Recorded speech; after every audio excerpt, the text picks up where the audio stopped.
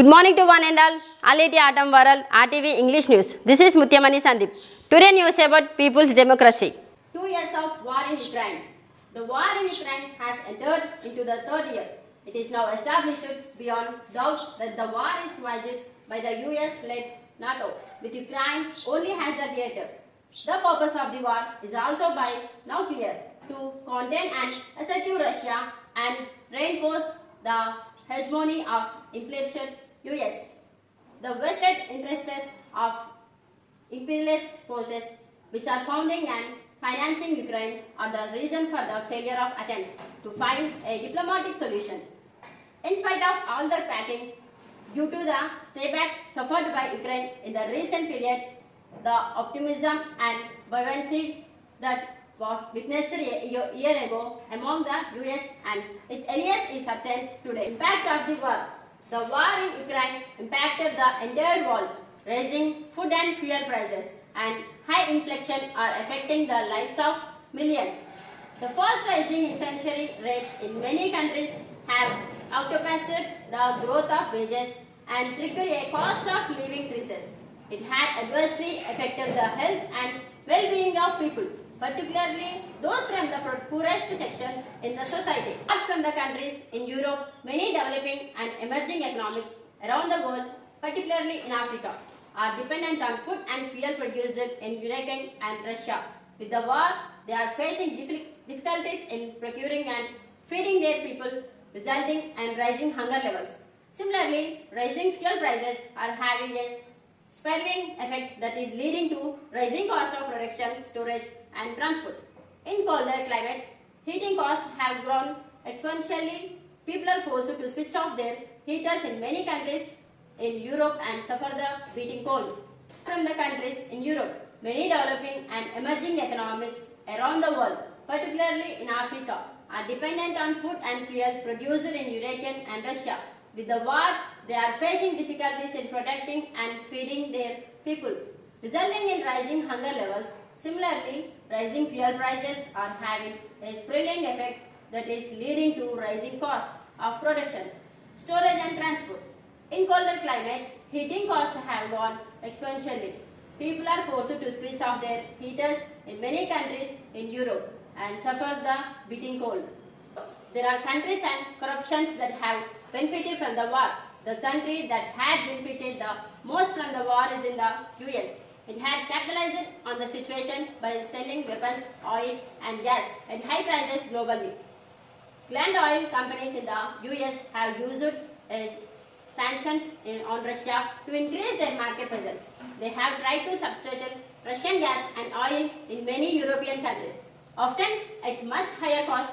Shareholders of the world's top 5 oil and gas companies saw record profits of 209 billion and distributed 102 billion in the form of dividends and share buybacks in 2022. Similarly, food grain corporations in the US, Australia and Europe used the sanctions and disruption in the supply caused by the war for their expansion of profiteering. The other major industry that benefited from the war is the defense industry. According to media reports, since February 2022, the stocks of 5 of the top US and European defense contractors have all risen. The companies Europe's BAE Systems, Thales and Rheinmetall and Lockheed Martin, Northrop Grumman in the US have all either provided weapons for the battlefield in Ukraine or signed agreements to do so. The BAE Systems reported profit of 3.3 billion in 2023, up 80% from 2022. A major defense contractor from Sweden reported 30% growth in profits last year, an all-time high.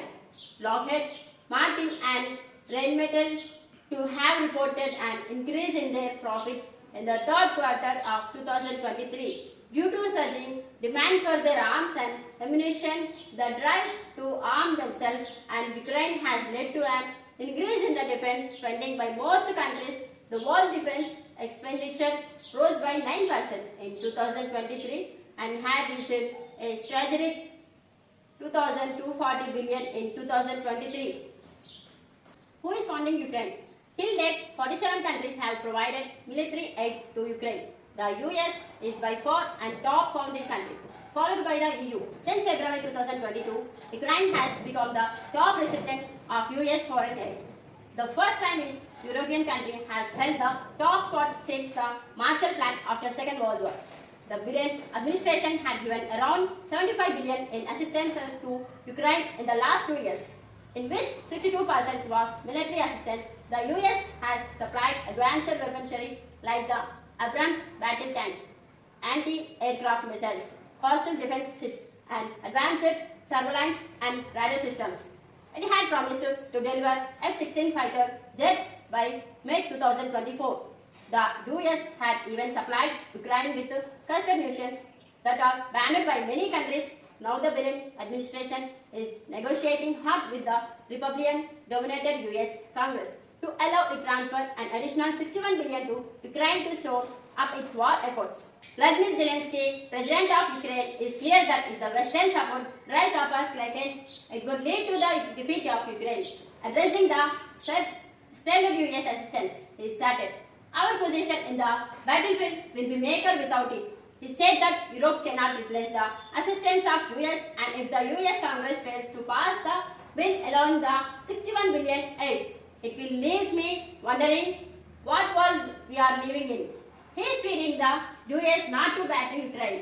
Burial is not new to the US, is to fight its battles and abandon them when the situation turns counterproductive.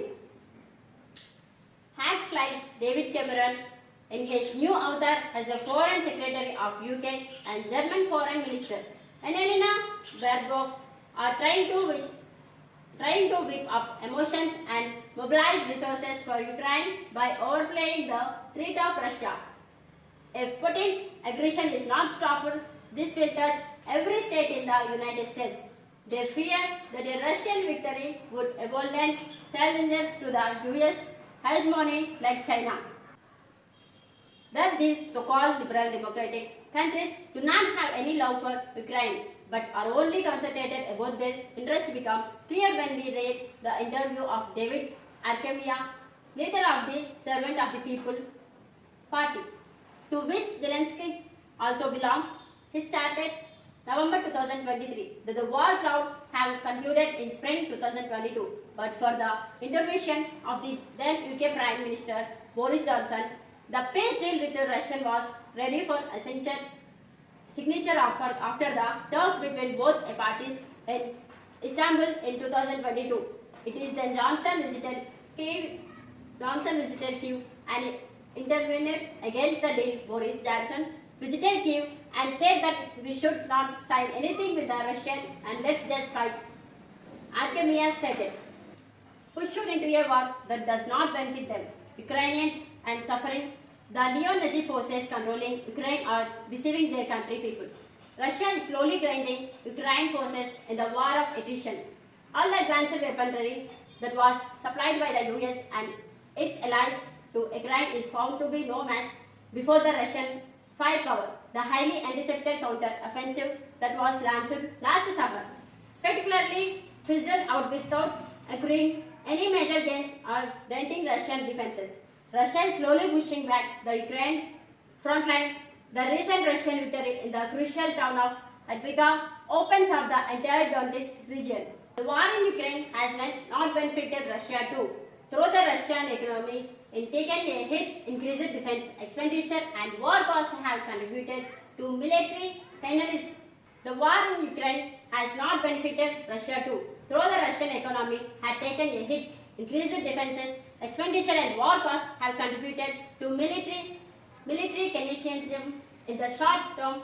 This is proving to be effective, though it might not be true in the long term. Economic sanctions imposed on it by the US and its allies are proving to be ineffective due to the strength of the Russian economy. An interesting study found that the 95% of the 2,800 foreign components found in Russian weapons on the battlefield since the war started were Western, and majority of them, 70%, came from the US. This explicitly shows the failure of sanctions as a weapon to weaken Russia. Moreover, Russian exports like oil, gas, coal, uranium and titanium drive major world economics. Emerging countries like China, India, Brazil and South African circumventing and sanctions are contributing to trade with Russia. Thus, in spite of all the bravado displayed by the US and its allies, they realize that they are on the launch side in hurricane. Only two options are open for them: continue pumping billions of dollars into lost cash while searching for an exit plan, or directly confront Russia. This is Socialistic System News for All India Atom World RTV English News. Please share and subscribe.